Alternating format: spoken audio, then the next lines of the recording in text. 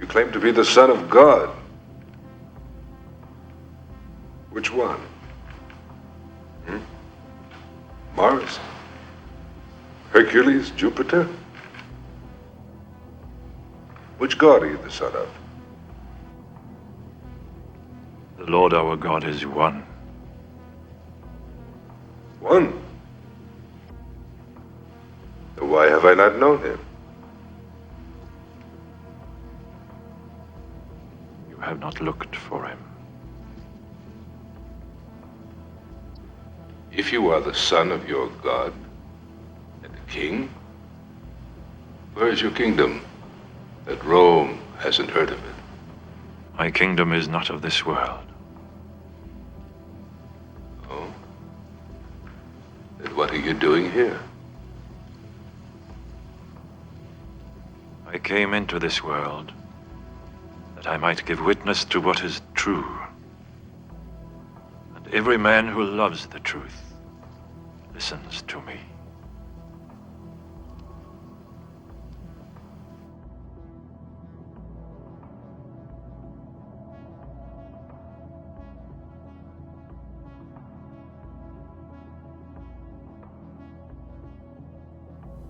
Hello there.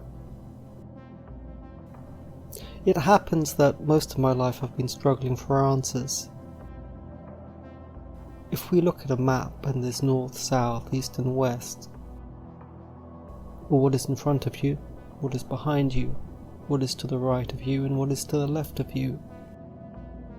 But I always had this niggling sensation that I couldn't get any answers from here. The ancient Greek philosophers, for instance Zeno, he would often ask, how can something come from nothing? And occasionally the ancient Greeks would simply act, and that taking action in the world was a kind of an answer. Things can happen because I am doing them. And it was a beautiful answer, a very Western answer, but it was not an answer that had any real knowledge in it.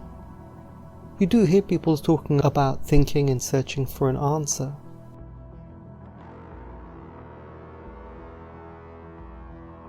But how many people talk about searching for a question?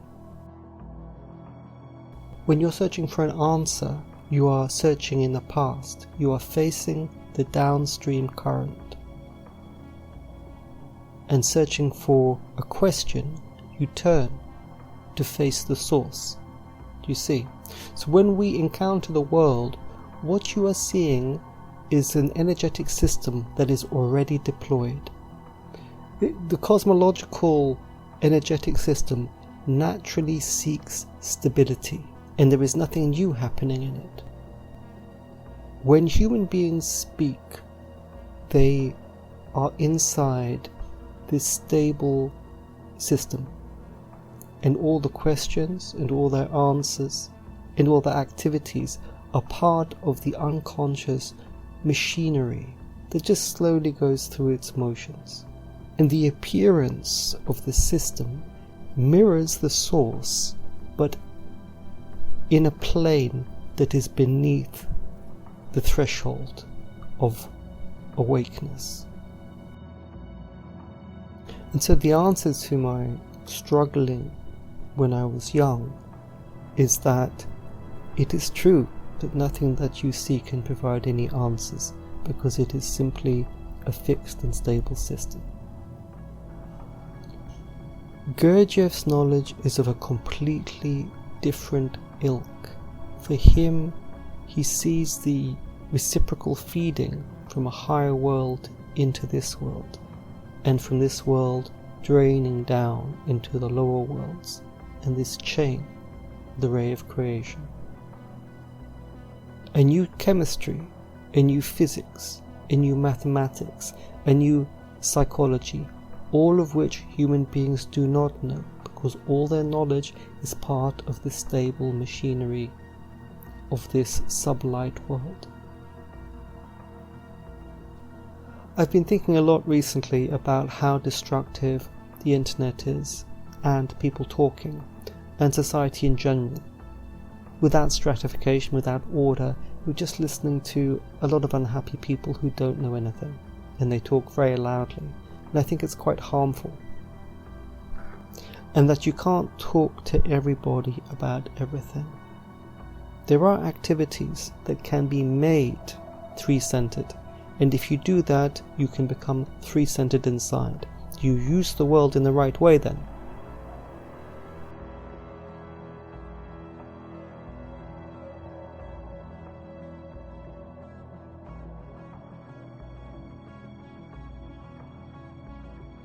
Now, one more thing that I had wanted to mention is this idea of knowledge and understanding, the difference between words and the inner comprehension of them.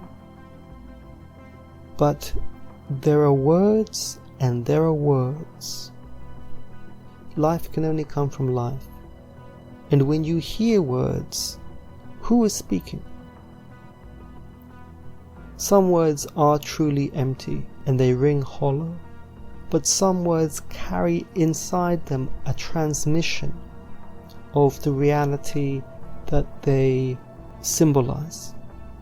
And so when you hear the words, you actually hear the thing itself. Those words are special.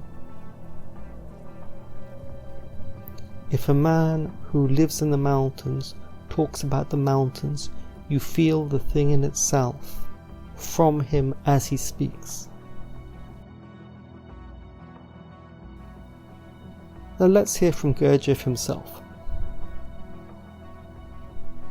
Great nature, having become convinced that in the common presences of most people there have already ceased to be any factors for meritorious manifestations proper to three-centered beings, had providentially wisely protected them, by allowing the arising in them of various consequences of those non-meritorious properties unbecoming to three-centered beings, which, in the absence of proper actualization, conduce to their not perceiving or sensing reality.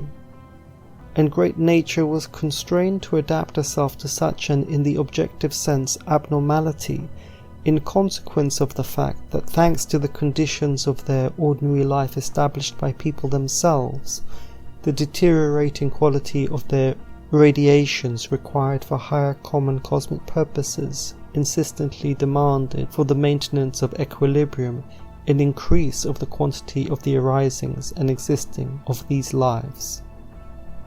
Whereupon it follows that life in general is given to people not for them themselves, but that this life is necessary for the said higher common cosmic purposes, in consequence of which great nature watches over this life so that it may flow in a more or less tolerable form, and take care that it should not prematurely cease.